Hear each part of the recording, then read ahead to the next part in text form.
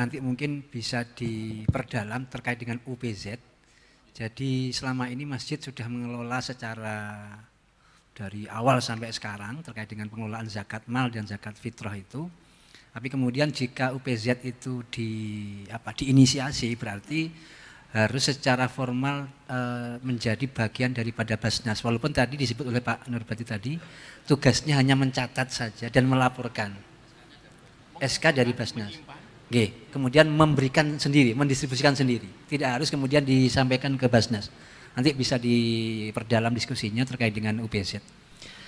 Ini ada Kesmas dan ada Kesra, kesejahteraan masjid dan kesejahteraan rakyat. Barangkali ini sesuatu yang mungkin bisa dikolaborasikan antara Kesmas dan Kesra. Monggo Bapak.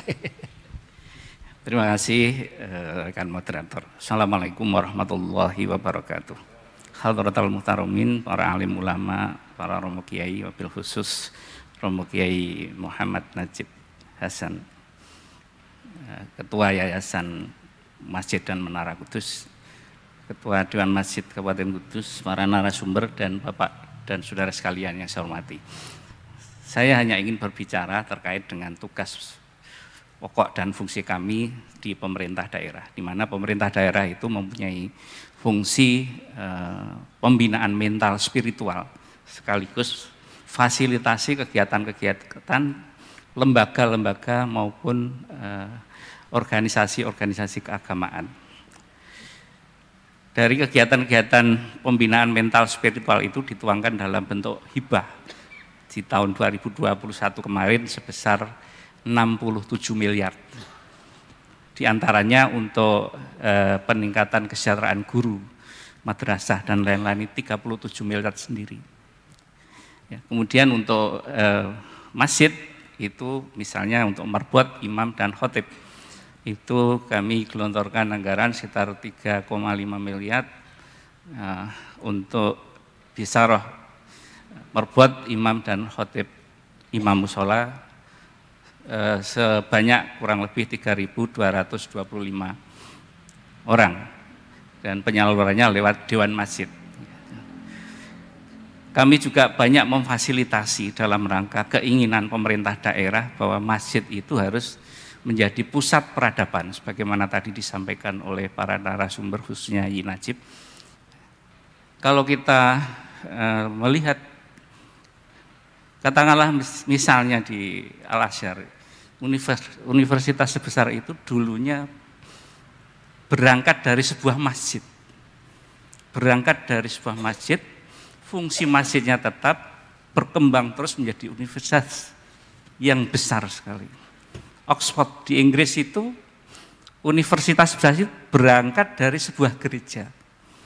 Gereja yang dikelola secara paripurna, kemudian akhirnya menjadi sebuah lembaga yang besar.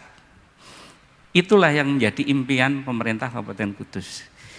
Dari situ Bapak dan Ibu sekalian, beberapa upaya kami yang telah kami laksanakan, beberapa waktu lalu dari Dewan Masjid kami fasilitasi untuk belajar ke Jogja.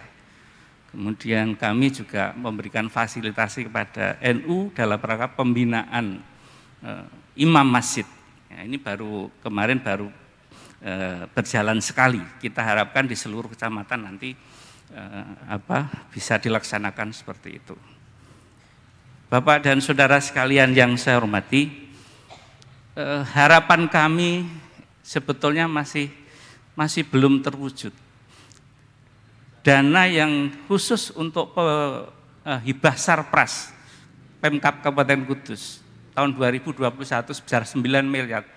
Tahun ini hampir sama 9 miliar. Khusus untuk masjid dan musola, proposal yang masuk itu kira-kira 200-an. Dari 200 proposal yang masuk itu 100% mohon bantuan untuk pembangunan fisik masjid. Tidak ada satu proposal pun yang menyentuh fungsi-fungsi masjid yang lain, misalnya fungsi sosial, fungsi ekonomi dan lain-lain. Keinginan kami dari pemerintah Kabupaten Kudus, masjid, misalnya lingkungannya ini ada masyarakat yang bergerak di bidang UMKM, masjid bicaralah UMKM, beri fasilitasi, beri pendidikan. Sehingga masjid memberikan solusi terhadap persoalan-persoalan yang dihadapi oleh umat. Misalnya lingkungan masjid ini masyarakatnya adalah petani. Masjid bicaralah tentang bagaimana mengelola pertanian yang baik. Insya Allah pemerintah daerah akan memfasilitasi manakala ada pemberitahuan kepada pemerintah daerah. Ya. Lingkungan masjid sekarang ini dengan dampaknya Om Imron tadi, menurut ini ilmu baru bagi saya ini. Banyak saudara-saudara kita ini yang dulunya mampu, sekarang menjadi tidak mampu. Dari tidak mampu ini akan banyak persoalan yang dihadapi. Masjid bicaralah mencarikan solusi umat terhadap persoalan-persoalan yang ada. Kami dari pemerintah daerah, dari Dewan Masjid, insya Allah memberikan dukungan dan fasilitas yang ada. Hingga tadi saya sampaikan, dari 200 proposal itu semuanya hanya ingin membangun fisik. Dan ironisnya, dari 200 proposal itu, ada beberapa, bahkan hampir sebagian itu, memang yang sudah terbiasa mengajukan. Iya, jadi setiap 2 tahun sekali mengajukan. Iya, repotnya ini membawa tangan dari selatan sana itu. Iya, kalau dari sana kan besar-besar, Pak. Kalau dari Pemda kan di Dumroto itu, sidik-sidik. Dari sana besar-besar. Nah itu rata-rata digunakan untuk kepentingan-kepentingan yang tidak pokok, misalnya aksesori masjid, kan tidak pokok, Pak. Padahal banyak masjid-masjid di wilayah Kabupaten Kudus ini, untuk yang kebutuhan pokok misalnya, untuk tempat wudhu, kamar mandi saja itu belum sepenuhnya syar'i. Nah, kami berharap dengan fasilitasi yang dari Pemda yang sebesar itu, tolong dimanfaatkan oleh masjid ini untuk kebutuhan-kebutuhan, jangan hanya bangunan, tapi bagaimana mengoptimalkan fungsi-fungsi masjid itu menuju masjid paripurna sebagaimana sudah dicontohkan, diberikan teladan oleh Yai Najib di sini, Masjid Menara Kudus. Ya, hal-hal yang sederhana saja. Saya sering melihat merbot masjid ini membersihkan ini loh Pak, kotoran cecak. Itu hanya dipakai kertas, itu terus dibuang. Lah, apakah ini bisa menghilangkan najisnya? Ini harus ada kepedulian dari takmir masjid untuk memberikan bekal pada merbot-merbotnya ini untuk paham betul tentang bagaimana membersihkan masjid ini secara syar'i. Itu yang belum tersentuh Bapak dan Ibu sekalian. Sekarang yang baru tersentuh adalah bagaimana berlomba-lomba membangun kemegahan masjid. Bukan berlomba-lomba bagaimana memaksimalkan fungsi masjid itu sesuai dengan pada zaman Rasulullah SAW. Di mana masjid tidak hanya untuk ibadah. Bahkan saya sedih sekali tadi Pak Sultan sudah mensitir itu. Banyak masjid-masjid di antara kita ini begitu selesai sholat fardu sudah ditutup.